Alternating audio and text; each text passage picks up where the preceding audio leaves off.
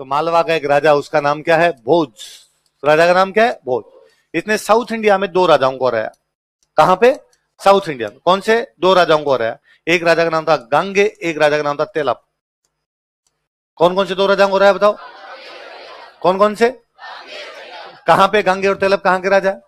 South India. कहां के राजा है? South India. हरा कौन रहा उनको? भोज। भोज कहां का राजा है? तो मालवा वाले भोज ने साउथ इंडिया के 2 राजाओं को हराया। किस किस को? और बार बार जब जी में तब थप्पड़ मार मार के आता। किस किस को? कौन थप्पड़ मार के आता?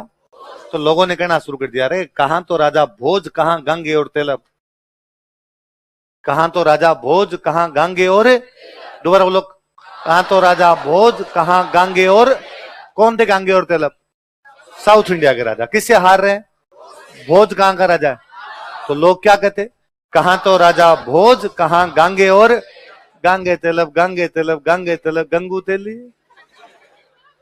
आजकल लोग बोलते हैं कहां तो राजा भोज, कहां गंगू।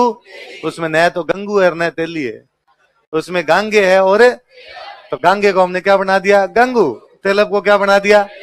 अब अपने चलते किसे कहते? अरे छोड़ रहे, कहां राजा भोजन, कहां गंगू। आज के बाद कहना है कहां राजा भोज, कहां गांगे। कई बार कुछ मुहावरे ऐसे होते हैं जो कैसे कहां से कहां पहुंच जाते हैं, हमें खुद को भी पता चलता। तो राजाओं के नाम तो क्या थे?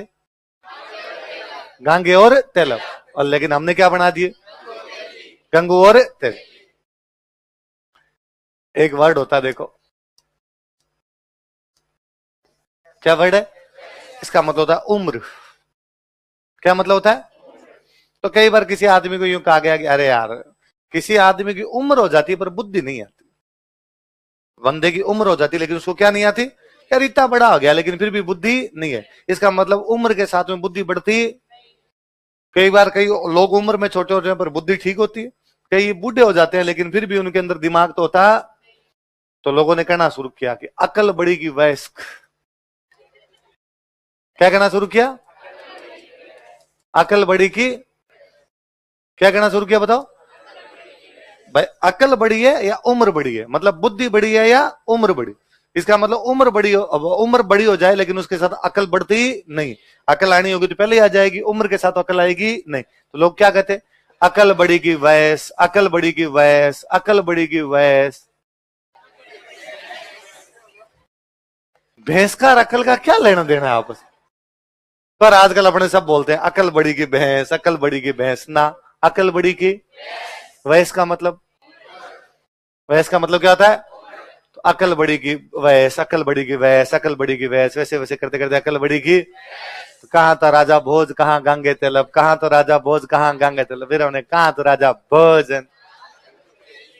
आपसे ध्यान रखने अपने, वो गंगू तेली नहीं है, वो कौन है? गांगे और तेलप। और वो आपके भैंस नहीं है, वो क्या है? वैसे पल्ले पड़ेगी बात है ना। कई चीजें, अंग्रेज जब आए ना तो अंग्रेजों ने क्या किया? भाई पहले चोरी चकारी ज्यादा होती, अंग्रेजों ने कहा रक्षा हम करेंगे, किसी भी हम सुरक्षा करेंगे, तुम्हारी तुम्हारे कोई चोरी चकारी नहीं होने देंगे। और अंग्रेजों ने कहा चौकीदार लगाओ।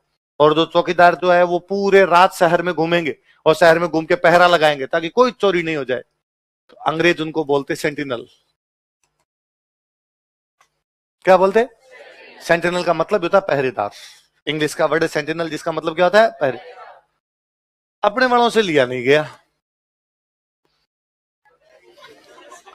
सेंटिनल सेंटिनल सेंटिनल सेंटिनल करते करते अपने वाले क्या बना गए? आज भी पहरेदारों को बोलते हैं संतरी। साहब मंत्री संतरी हो गए बोलते हैं, तो संतरी संतरी पहरेदार को बोलने शुरू हो गए। अच्छा, वो जो पहरा लगाता था वो उसके अपने, अभी तक भी पहरे लगाते, राजाओं के टाइम में जब पहरे लगाते तो वो संतरी जब पहरे लगाते वो जोर जोर से बोलते हुकुम सदर, हुकुम सदर, हुकुम सदर। तो यूं लगता है सदर, सदर का मतलब होता है मुखिया। सदर का मतलब क्या होता है? तो कि भाई जैसे मुखिया का हुक्म है पहरा लगाने के, लोग समझे हुक्म सदर, हुक्म सदर। वो हुक्म सदर नहीं था। अंग्रेजों का यह कहावा था कि जैसे तुम्हें कोई बंदा दिखे उसको पूछना who comes there, who comes there,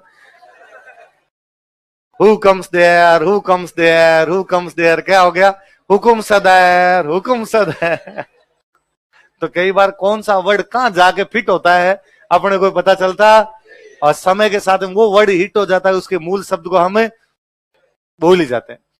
जैसे अभी भी ना गांव के अंदर कोई फौज में लग जाता है तो गांव में कोई नया नया फौजी होता है, उनको कहते हैं रंगरूट है है ना, अभी भी को नए नए फौजी लगते हैं कि गांव में आज भी को नया फौजी लगा लड़का, बाल कटाए हुए एकदम पीछे से, छोटे छोटे बाल हैं, एकदम यूं दौड़ वोड़ लगाता है कोई ऐसा लड़का, कहते अरे वो तो रंगरूट है, रंगरूट है मतलब फौज में हो गया। तो आज भी फौज में जो नए नए लोग लगते हैं उनको क्या बोलते हैं, रंगरूट। अब ये रंगरूट नहीं होता, अंग्रेजों का राज है, तो जो नया नया फौज में भर्ती होता, भर्ती को अंग्रेजी में बोलते हैं रिक्रूट, रिक्रूटमेंट आता है ना, रिक्रूटमेंट इंग्लिश। भाई मैंने तेरे को रिक्रूट कर लिया, तो मान लो हम गांव के 10 लोग भागने के लिए गए और अंग्रेजों ने 4 को ले लिया, तो अंग्रेजों ने कहा तुम 4 रिक्रूट हो, भागे आउट। तो हमने 4 ने गांव में आके हम रिक्रूट है, हम रिक्रूट है, गांव वालों ने कहा 4 रंगरूट है। ये हमारे गांव की क्या है, रंगरूट है। वो रंगरूट नहीं होता, क्या होता है, अंग्रेजों का अब राज था। तो अंग्रेज अपने यहाँ यूपी बिहार से खूब सारे लोगों को कहते कि हम तुम्हें बाहर काम करने के लिए भेजेंगे, तनख्वाह ठीक देंगे।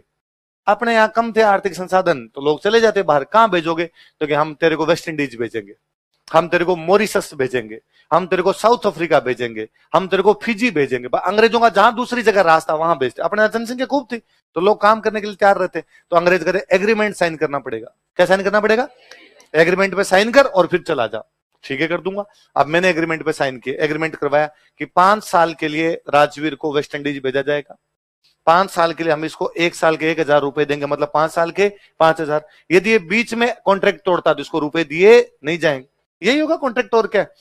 तो इस प्रकार कॉन्ट्रैक्ट बना के मेरे को वहां पे भेज दिया। तो मैंने क्या किया, एग्रीमेंट क्या किया, तो मैंने गांव आके कहा एग्रीमेंट साइन कर लिया और अब मैं जा रहा हूं बचा वेस्ट इंडीज, दुआओं में याद रखना, अपने उधर काम करने के लिए जा रहे हैं।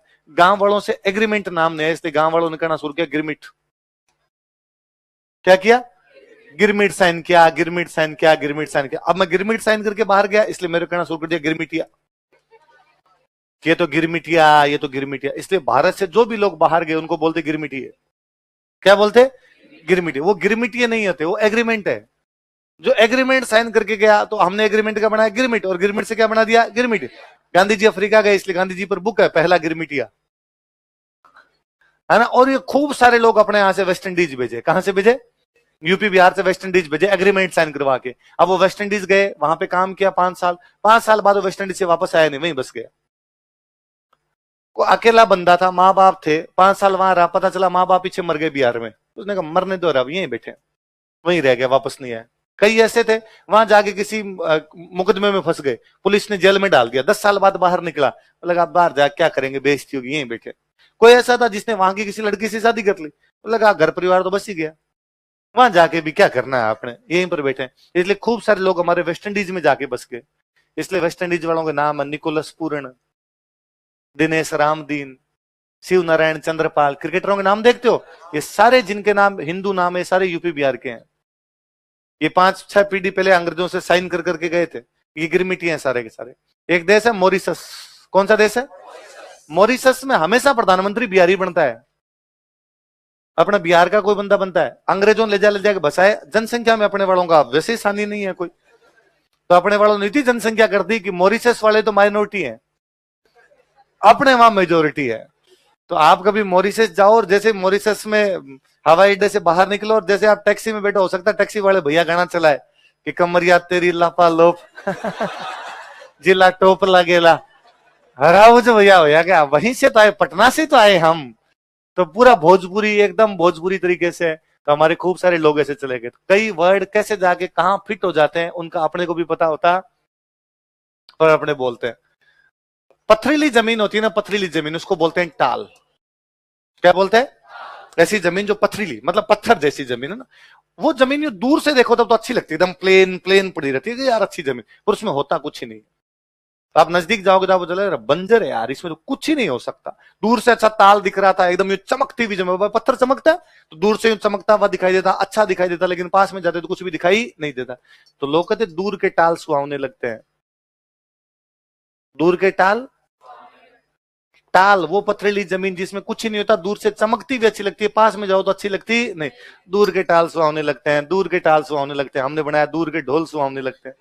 ढोल तो पास से अच्छा लगता है भाई, पास में बजता तो जी करता है ना कि नाच लें इसके साथ में, तो ढोल पास में अच्छा लगता है, दूर का ढोल क्या अच्छा लगेगा, दूर से सुन ही नहीं रहा है।